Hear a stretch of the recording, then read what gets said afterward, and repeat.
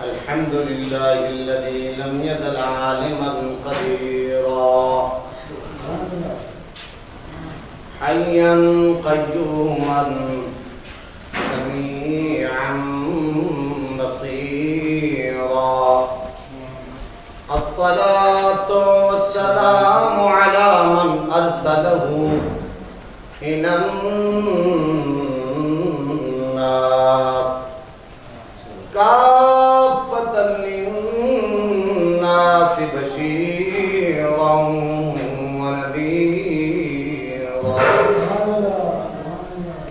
وعلى آله وأصحابه كثيرا كثيرا. أما بعد فأعوذ بالله من الشيطان الرجيم. بسم الله الرحمن الرحيم. ربنا تقبل منا إنك أنت السميع العليم وتب علينا إنك أنت التواب الرحيم. صدق الله مولانا العظيم وصدق رسوله النبي الكريم الأمين. تمام حضرات محبت ذوق اور شوق بلند آواز سے آقا کی ذات ببرکات پہ درود و سلام کا نذرانہ پیش فرمائیں. اللہم صلی علی سیدنا و مولانا محمد وعلی آل سیدنا و اصحاب سیدنا و مولانا محمد مبارک وسلم. الصلاة والسلام علیک یا رسول اللہ. الصلاة والسلام علیک یا حبیب اللہ. الصلاة والسلام علیک یا رحمت للعالمین. میرے نہایت واجب الاحترام پیارے بزرگ اور عزیزو، دعا فرماؤ اللہ کریم اس ناچیز کو حق کہنے کی توفیق عطا فرمائے. آپ سب حضرات پر اس ناچیز کو حق پر عمل کی توفیق.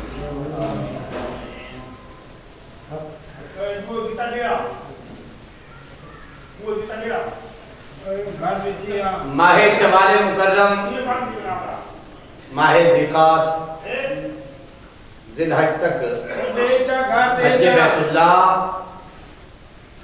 شام ابراہیم خلیل اللہ جمعۃ المبارک کی خطبہ میں پیش کیا جا رہا ہے.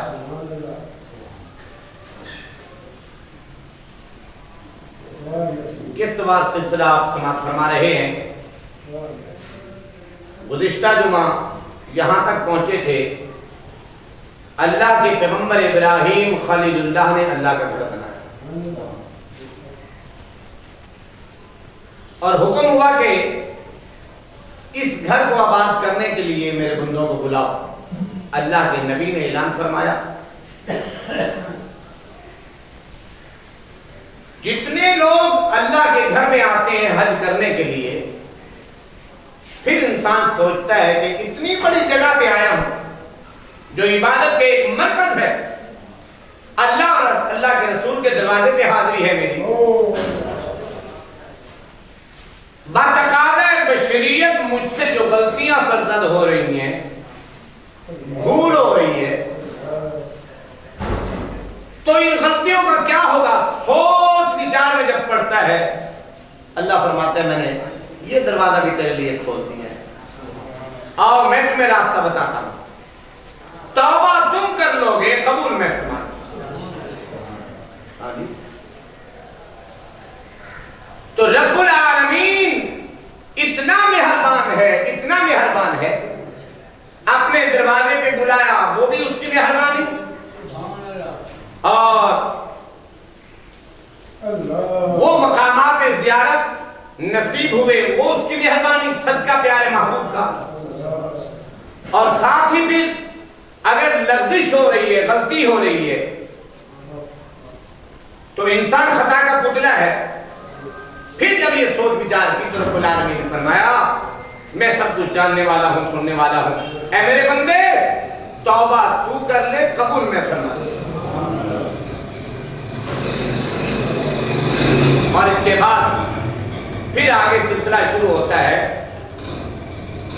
کہ اللہ وحدہ لا شریک نے اپنے پیارے پیغمبر ابراہیم خلیل اللہ کو حکم فرمایا. اس کا گھر بنانے کے بعد یہ بات ہم آگے چلا رہے ہیں. کسی نے لکھا ہے کہ آپ حضرت اسماعیل ذبیح اللہ کی عمر جو تھی 7 سال تھی. مختلف روایات ہیں. جتنا جنہیں علم تھا انہوں نے کتابوں میں لکھ دیا. کنہوں نے لکھا ہے کہ آپ کی عمر 9 سال تھی. کنہوں نے لکھا ہے کہ آپ کی عمر 13 سال تھی. لفظ بلوغت بھی آیا ہے. خیر بہرحال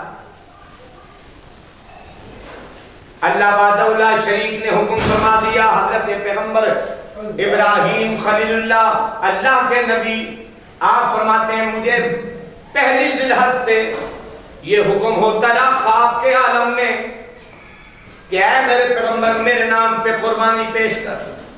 جو چیز تجھے پیاری ہو, پیاری چیز کے بدلے میں نے پہلی رات خواب دیکھنے کے بعد صبح میں نے بکریاں قربان کر دی. پھر رات کو خواب آیا دوسری رات کہ اس سے بھی زیادہ اچھی چیز پیاری ہو جو میرے نام پر قربان کر. اللہ وحدہ لا شریک کے نام پر میں نے صبح پھر بہت ساری گائے قربان کر دی.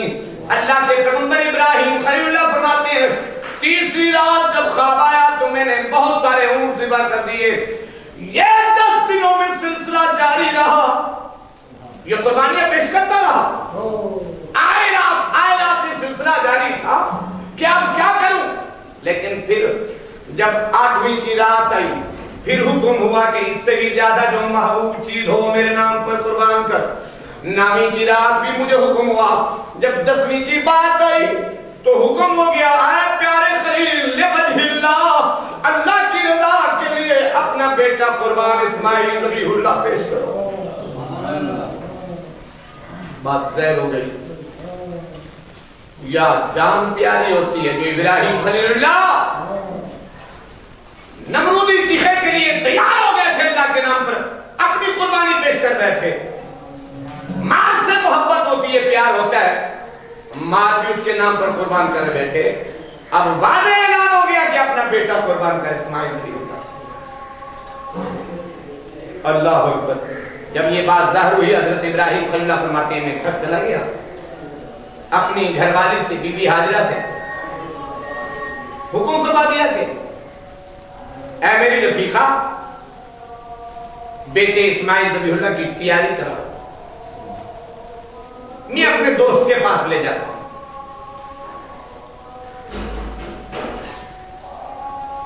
ہم دعوت میں جا رہے ہیں دوست کے پاس لے کے جا رہا ہوں. حضرت بی بی حاجرہ نے اپنے بیٹے اسماعیل ذبیح اللہ کی تیاری کرائی. نئے کپڑے پہنائے, نہلایا دھلایا, خوشبو لگائی. تیاری کرانے کے بعد اللہ کے پیغمبر ابراہیم خلیل اللہ جو ان کے سر کے تاج تھے باپ کے ساتھ بیٹے اسماعیل ذبیح اللہ کو بھیج دیا. اُفَوِّضُ أَمْرِي إِلَى اللَّهِ یہ کہہ کر پکارا کہ میں نے سب کچھ رب کے نام پر سپرد کر دیا ہے. جاؤ تمہارا اللہ حافظ.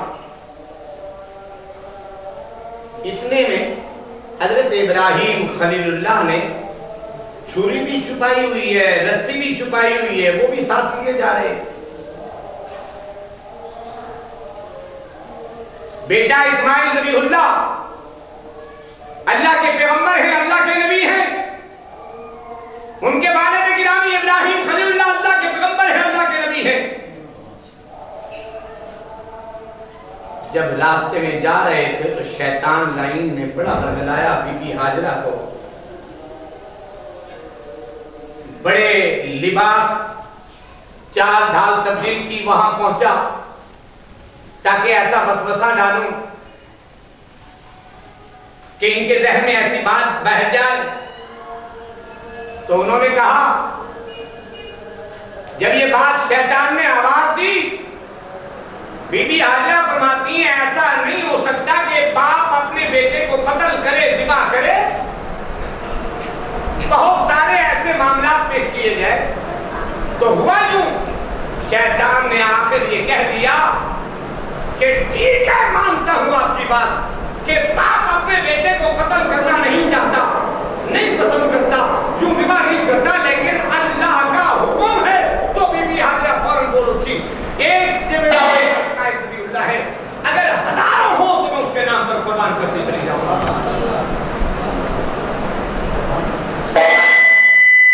شیطان نے کہا یہاں کیوں نہ کہ بچہ ہے، معصوم ہے، اس کے کان میں آواز دوں یہ مان جائے۔ حضرت اسماعیل ذبیح اللہ کے کان میں آواز دی۔ شیطان لائی تمہیں خبر ہے کہ ابا حضور تمہیں کہاں لے کے جا رہے ہیں؟ ہاتھ میں چھری بھی ہے، رسی بھی ہے، تمہیں کاٹیں گے، ذبح کریں گے، قتل کر دیں گے۔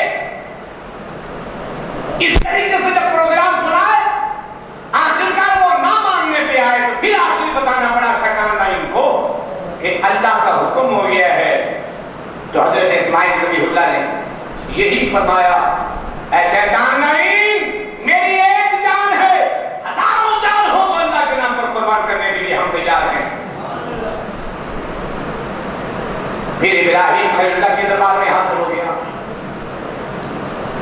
الغرض حضرت ابراہیم خلیل اللہ کے دربار میں یہ کہا، جب اپنا پروگرام اس نے پیش کیا ہے تو اللہ کے پیغمبر جانتے تھے اور اس بات کو سمجھ گئے، آپ نے مٹی کا ڈھیرا اٹھایا، اس کے منہ پہ مارا، شیطان لائن ایک طرف ہوا، اللہ کے پیغمبر ابراہیم خلیل اللہ حضرت اسماعیل ذبیح اللہ کو لے کر وادی مینا میں پہنچے۔ اب یہاں ذکر ہوتا ہے کہ کتنی عمر تھی، قرآن کیا کہتا ہے؟ اللہ بادل اللہ شریف نے لایا کتاب قرآن مجید فرقان حمید میں اعلان کر رہا ہے، فَلَمَّا بَلَغَ مَعَهُ السَّعْيَ قَالَ يَا بُنَيَّ إِنِّي أَرَىٰ فِي الْمَنَامِ۔ جب بلوغت کو پہنچے یا اتنی عمر جو 7 لکھی گئی، 9 لکھی گئی ہے، 13 لکھی گئی ہے، اتنی عمر کو جب پہنچے تو ابراہیم خلیل اللہ اپنے ساتھ لے کے گئے وادی مینا میں اور وہاں ذکر فرمایا، قال یا بنیا، اے میرے بیٹے، انی ارا فی المنام، میں نے رات کو خواب دیکھا ہے، میں نے رات کو خواب دیکھا ہے۔ ابا حضور بیان کیے جا رہے ہیں جو قرآن اعلان کر رہا ہے، بیٹا اسماعیل ذبیح اللہ سماعت کیے جا رہے ہیں، انی ارا فی المنام، میں نے رات کو خواب دیکھا ہے۔ کیا خواب ہے؟ انی اذبحک فانظر ماذا تری، اے بیٹے اسماعیل ذبیح اللہ، اللہ کے پیغمبر ہیں، ابا حضور نے فرمایا بیٹے اسماعیل میں نے رات کو خواب دیکھا ہے، میں آپ کو ذبح کر رہا ہوں، فانظر ماذا تری، آپ کی کیا رائے ہے، کیا مشورہ ہے بیٹے؟ ماذا تری، تیرا کیا مشورہ ہے، تیری کیا رائے ہے؟ بیٹے تو یہاں یہ سوال ہوتا ہے کہ ابا حضور کو ضرورت ہی کیا ہے کہ بیٹے سے پوچھیں؟ پھر اگر اس سوال کو بھی آپ رد کر دیتے ہو، مدرد اعتراض کر دیتا ہے، تو پھر بیٹا استغفر اللہ وہ بے ادب نہیں تھا، ان پڑھ نہیں تھا، وہ اللہ کا پیغمبر ہے، اللہ کا نبی ہے، جسے اللہ تعالیٰ نے علم لدنی سے نوازا ہے، تمام علوم سے باخبر ہے۔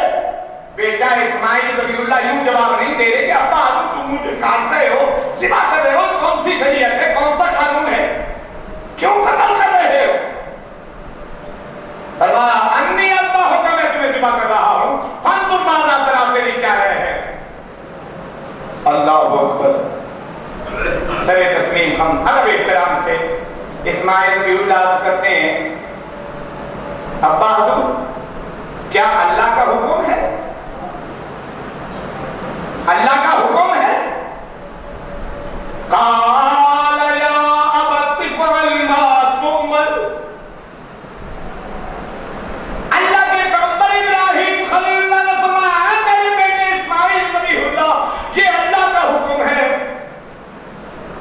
اللہ کی طرف سے۔ تو بیٹے نے فوراً سنتے ہی عرض کر دی، ابا حضور یہ اگر اللہ کا حکم ہے تو اس میں دیر نہیں کرو، فوراً اس حکم کو پورا کر ڈالو۔ حضرت ابراہیم خلیل اللہ فرماتے ہیں بیٹے اسماعیل ذبیح اللہ جب میں ذبح کروں گا ہاتھ ہلاؤ گے، اشارے کرو گے، چیخو پکار کرو گے۔ مختلف روایات ہیں کہ بیٹے نے کہہ دیا تھا ابا پٹی میری آنکھوں پہ باندھ دو، پچھلی پچھلی آنکھیں ملے نہیں، ایسی گرفت میں نہ آئے کہ اللہ کے ہاں یہ قربانی جو ہے رک جائے، وہ منظوری ختم ہو جائے، اللہ ناراض ہو جائے، اور ابا چھری تیز کر لینا، رکاوٹ نہ پڑے، اس میں دیر نہ ہو۔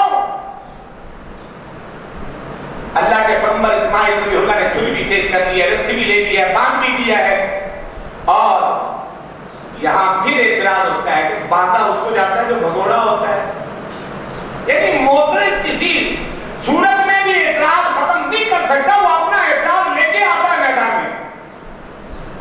لیکن ہمارے لیے سنت بن گئی، نبی کی امت کے لیے آسانی ہو گئی کہ تاکہ جب یہ قربانی کریں گے، جانور ذبح کریں گے، رسی سے باندھ لیں گے، مشکل ساری کی ساری ختم ہو جائے گی، اور چھری تیز کر لیں گے، جانور کو تکلیف نہیں ہوگی، آسانی سے ذبح ہو جائے گا۔ یہ تمام تر کارروائیاں تھی، امت کے لیے ایک سبق تھا، نہ کہ یہ اعتراض تھے، اختلاف تھے، ایسے کوئی امر تھے، نہیں، بلکہ اللہ رسول کا وہ حکم ہو گیا، امت کے لیے سبق بن گیا، ایک راحت ہو گئی، آسانی ہو گئی۔ ان تمام اعتراضات کو ختم کرنے کے لیے اللہ کے پیغمبر اسماعیل ذبیح اللہ وہ معصوم بچے بولتے ہیں، ستجدنی انشاء اللہ،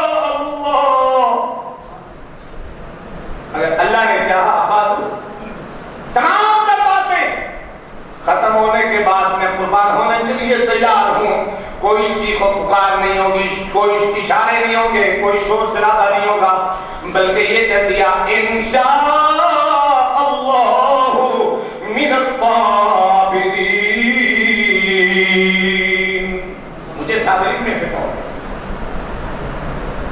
اور ابھی بھی ہمارے لیے ایک سبق ہے، جب کوئی ایسا کام ہو، اچھا عمل کرنے والے ہوں، تو آپ کہہ دیا کریں انشاءاللہ، یہ نبی کی سنت ہے۔ اللہ نے چاہا تو وہ کام ہو جائے گا، اگر اللہ کو منظور نہیں ہے تو وہ نہیں ہوگا۔ ایسے ہی آپ کے علم میں ہے کہ بھاولپور شہر میں آتا ہوں، بھاولپور شہر سے آتا ہوں لودھرا میں جمعہ پڑھانے کے لیے، مولانا ادریس صاحب مجھے فون کر دیتے ہیں، مفتی صاحب فرماتے ہیں کہ آپ جمعہ پہ آؤ گے، تو یہی عرض کرتا ہوں انشاءاللہ، اللہ نے چاہا تو پہنچ جاؤں گا۔ راستے میں گاڑیوں کا نقصان بھی ہے، ایکسیڈنٹ بھی ہے، کچھ اور معاملات بھی ہیں، ابھی تو آپ کے علم میں بھی ہے سیلاب جو ہے وہ بھی چڑھا ہوا ہے، دریائے ستلج ہے، چناب ہے، جو بھی ہے تمام کر کوئی راستہ بند ہو سکتا ہے، کوئی ایسا معاملہ ہو سکتا ہے، تو اللہ کو منظور نہیں ہے تو میں نہیں پہنچ سکتا۔ اللہ نے طاقت دی، قوت دی، اللہ کو منظور ہوا تو یہی کہہ دیا انشاءاللہ، اللہ نے وہ وعدہ پورا کرا دیا، حاضر ہو گیا۔ تو یہ نبی کی سنت ہے، جب کوئی ایسا اچھا عمل ہو تو کہہ دیا کریں انشاءاللہ، اللہ نے چاہا تو یہ کام ہو جائے گا، چاہے آپ کا لین دین بھی کیوں نہ ہو، کسی سے کچھ پیسے لینے ہیں، کچھ اور چیز ہے، کوئی ایسا معاملہ ہے، کوئی اچھی مہم ہے، تو اس میں آپ کہہ دیا کریں ہاں جی کب دیں گے آپ، حاجی صاحب پیسے کب دیں گے، جی انشاءاللہ کل دیں گے، اللہ نے چاہا تو کل ہوتا ہے، پھر اللہ تعالیٰ غیب سے مدد ہی فرما دیتے ہیں، وہ کام کل تک ہو ہی جاتا ہے۔ تو اب آپ کر رہا ہوں، اللہ کے پیغمبر ابراہیم خلیل اللہ نے چھری اٹھائی، بیٹے اسماعیل ذبیح اللہ کو ماتھے کے بل زمین پہ لٹا دیا، سامنا نہیں، اس لیے کہ وہ آنکھیں پتری پتری آپس میں گرفت بھی کرے اور اس قربانی میں رکاوٹ نہ بنے، ماتھے کے بل لٹا دیا۔ قرآن بیان کرتا ہے فلما اسلما وتلہ للجبین، دونوں ایک بات پہ راضی ہو گئے، ابا حضور ذبح کرنے کے لیے راضی ہے، بیٹا ذبح ہونے کے لیے راضی ہے، وہ بھی اللہ کے پیغمبر، وہ بھی اللہ کے پیغمبر، وہ بھی اللہ کے نبی، وہ بھی اللہ کے نبی، وہ بھی قربانی دینے کے لیے تیار ہے، وہ قربان ہونے کے لیے تیار ہے۔ اللہ کے پیغمبر ابراہیم خلیل اللہ نے چھری تیز فرمائی، تیز فرمانے کے بعد بیٹے اسماعیل ذبیح اللہ کے ریشم گلے پہ چلانے لگے، چھری نہیں چلتی، جذبے میں آئے، قربان ہونے کے لیے بیٹے کو قربانی پیش کرنے کے لیے تیار ہو گئے ہیں کہ اللہ کا حکم ہو گیا ہے میرے بیٹے کو قربان کر